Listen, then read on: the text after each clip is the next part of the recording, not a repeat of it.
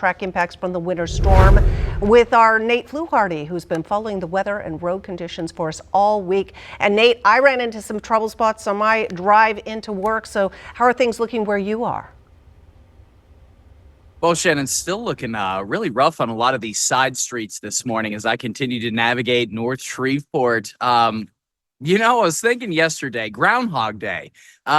It's just a handful of days, 2 or 3 days away. This is day 6 for me out here in the cold, once again braving the sub-freezing temperatures, and it feels like the movie Groundhog Day. Anyway, need to break this routine. But again, this was a day that school officials had really been hoping to get back. Yesterday, they saw the temperatures being put out there above freezing, the fact that we were going to get a lot of sun yesterday. Everything sounded great. But unfortunately, that big freeze, the big thaw to get rid of some of that ice on some of these side streets just never really happened to that certain level. There's a lot of things that actually go into account in order for school officials to cancel a day of school. And a lot of those things that they start considering maybe for tomorrow start right now. Take a look at the temperatures you're seeing in the bottom right-hand part of your screen right there, still below that freezing mark. Now, they're obviously hoping with those temperatures we saw a little bit ago that there's going to be some more of that ice going away today. Certainly the goal, but it has certainly been a several cold couple of days for a lot of motorists. On the bright spot, though, the main roads that we're seeing, North Market Street, stop by there just before heading over to this location. It's flowing smoothly. So that is good news. A lot of people out and about getting out there yesterday. But this morning, some more cold temperatures, the lack of the side streets being accessible too. And in addition to that, just getting these school buses ready, up and running again after nearly a week of just sitting idle in a lot of cases in these sub-freezing temperatures. It has a big impact, not only on the mechanical aspect of things, and also to just getting these schools warm enough for the kids to come back and keeping them warm enough. It's not easy for the machines. It's not easy for people to be out and about. But we're going to be going into that much more this morning. What goes into that critical decision, what it means for parents also, too, if your kids don't ride the school bus, if you drive them to school, make sure you stay tuned. We got a lot of important information you need to know about coming up on First News as we continue our live team coverage. Now, day 6.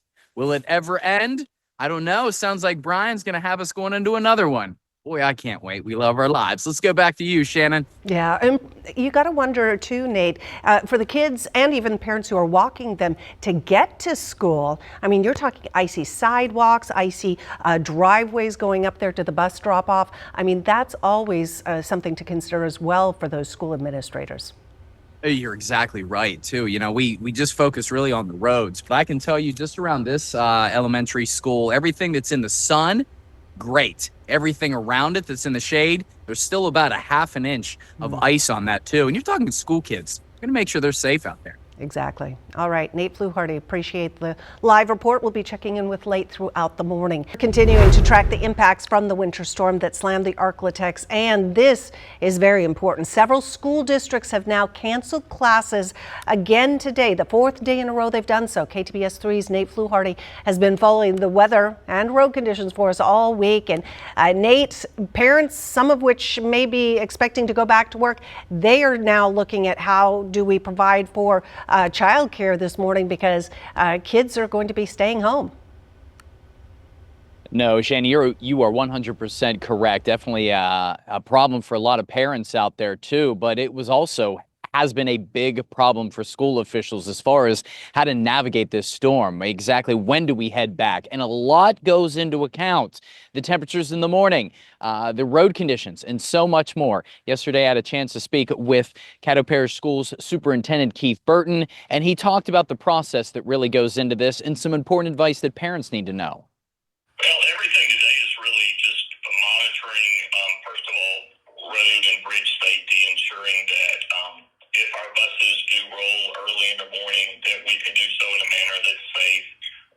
The second thing is we've got staff out in all of our buildings, just ensuring that the building conditions are suitable for students and staff returning. Of course, the number one thing is do we have power? The second thing, making sure that our heat systems are functioning, that our water lines are working, and that all of our, of course, fire alarms and safety systems are good. Also ensuring that, campuses are accessible.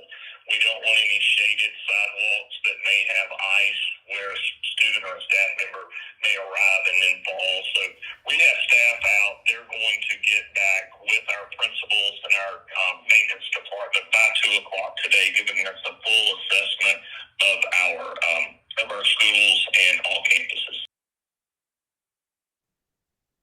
All right, and still navigating a lot of those issues this morning that they have for the past 4 days, namely the ice on some of these back side streets. And I'm in Northwood High School for you this morning as I continue to bounce around here. Actually, not DeSoto Parish, but this is actually North Shreveport here, North Caddo Parish. And the temperature has actually dropped 2 degrees from the elementary school that I was at. If you're familiar with the area, the more north you go, looks like I'm seeing temperatures drop right now. So what are the road conditions looking like right now for those that have to go out and about? Well, right now on the main roads, I'm talking I-220, I-20, North Market Street here, looking good. It's the secondary streets that we're still seeing some major problems too, and we dipped below that freezing mark, and going to be a rough one ahead for some folks, at least on those side streets. And we'll have much more to come on what parents need to know and what school officials are weighing coming up on First News and throughout the day. Reporting live for KTBS 3 First News and our winter storm coverage, day 6. And hello, everyone. Thanks for joining us as we continue with our coverage and going to that storm coverage again, tracking the impacts from the winter storm that slammed the Arklatex with those lingering, persisting icy conditions. Several school districts canceling classes again today, the 4th day in a row. KTBS 3's Nate Fluharty has been following the weather and road conditions all week long for us. And Nate, how are things looking out there?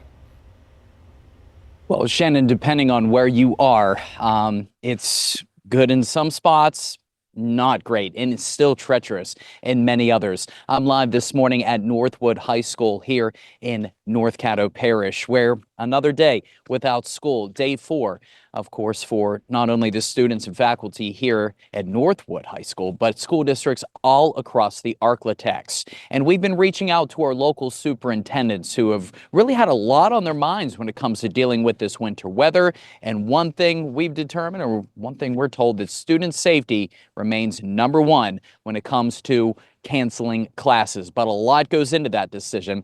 Here's more as I spoke with Superintendent of Caddo Parish Schools, Keith Burton.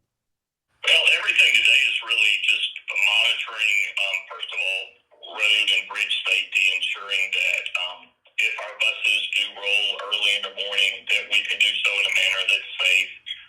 The second thing is we've got staff out in all of our buildings, just ensuring that the building conditions are suitable for students and staff returning. Of course, the number 1 thing is, do we have power?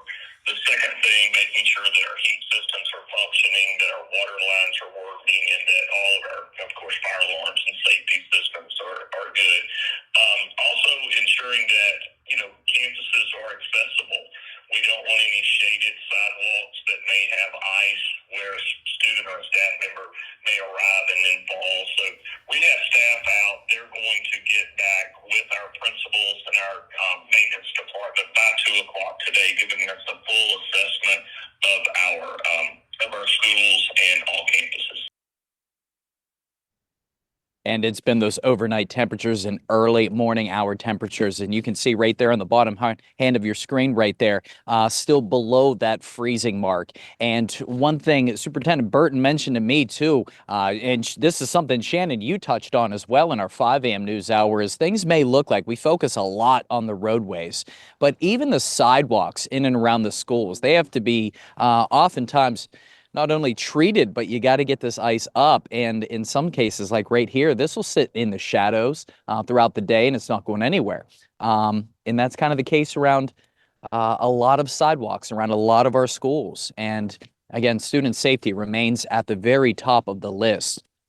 And we're going to continue to monitor that. Some folks saying, I did a Facebook Live just a short time ago and saw some folks saying, well, tomorrow's Friday. Just go ahead and just let them have it off.